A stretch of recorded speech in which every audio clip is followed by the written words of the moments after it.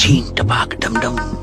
मेरा सवाल सुप्रिया मैम से है कि मैम आप बार बार जो मोदी जी को ब्लेम करते रहते हैं, तो आप लोग अपनी पार्टी पे कब ध्यान देंगे, अपनी पार्टी को कब बिल्डअप करेंगे? आप अपनी पार्टी को क्यों नहीं देखते कि वो अलग सा मोटिव लेके आए जिससे मोदी जी को लोग वोट ना देकर आपकी पार्टी को वोट दे? अब वो कब करेंगे?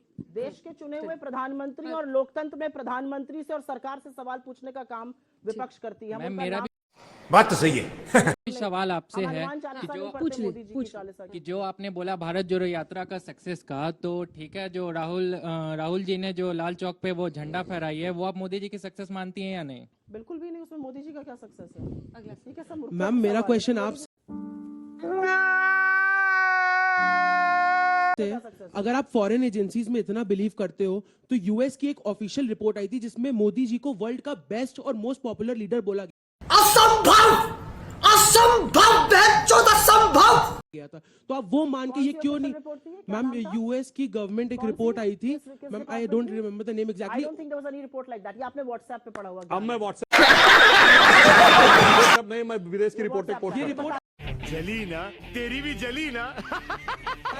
आप सुनिए मैम, आप ये एक्सेप्ट क्यों नहीं कर लेते हो कि मोदी जी सबसे पॉपुलर और सबसे सक्सेसफुल लीडर और प्राइम मिनिस्टर देखिए, अगर विदेश में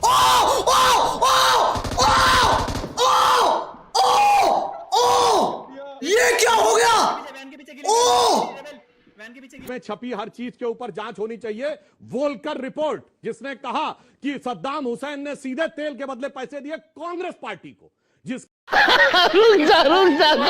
के लिए नटवर सिंह को इस्तीफा देना पड़ा। उन्होंने अपनी किताब one life is not enough में लिखा है, जाके चेक कर लीजिएगा। और अच्छा, हमको सिखा रिया है। मैं हवा में नहीं बोल रहा हूं, ये वैगनर एल्बर्टस जिन्होंने बोलिएगा विदेश में छपी बातों पे तो इतना है कि आपका कार्यक्रम छोटा पड़ जाएगा। ये वैगनर एल्बर्टस केजीबी की पूर्व चीफ, उसने अपनी किताब स्टेट विद इन स्टेट जाके चेक करिएगा। उसमें मैं आरोप नहीं लगा रहा हूं, सोनिया जी के बारे में पता नहीं क्या क्या लिखा, एजेंट थी वगैरह वगैरह वगैरह, वो सारी बात। झूठ बोलो, बार बार झूठ बोलो, जो भी बोल सकते हैं सब झूठ बोलो, छोड़िए। और KGB and the world part 2 Mitrokhin's archive, Vasili Mitrokhin की किताब 2006 में, उसमें लिखा हुआ है कि कांग्रेस पार्टी को सीधे केजीबी से पैसा मिलता था 70 के दशक में। इन कन्वर्सेशन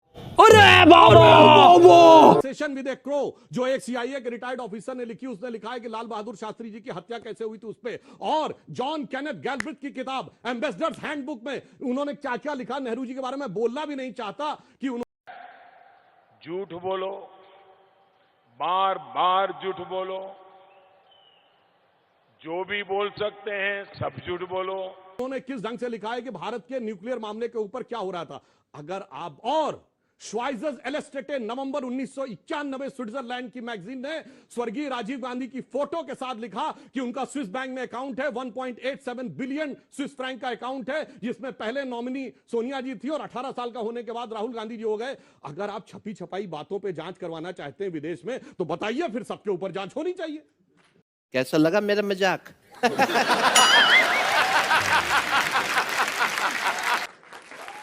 एक जवाब दे लीजिए, फिर सवाल निहायत ही घटिया, बहुत ही घटिया और शर्मनाक भाषण इन्होंने यहाँ पे दिया है। और बताती हूँ क्यों।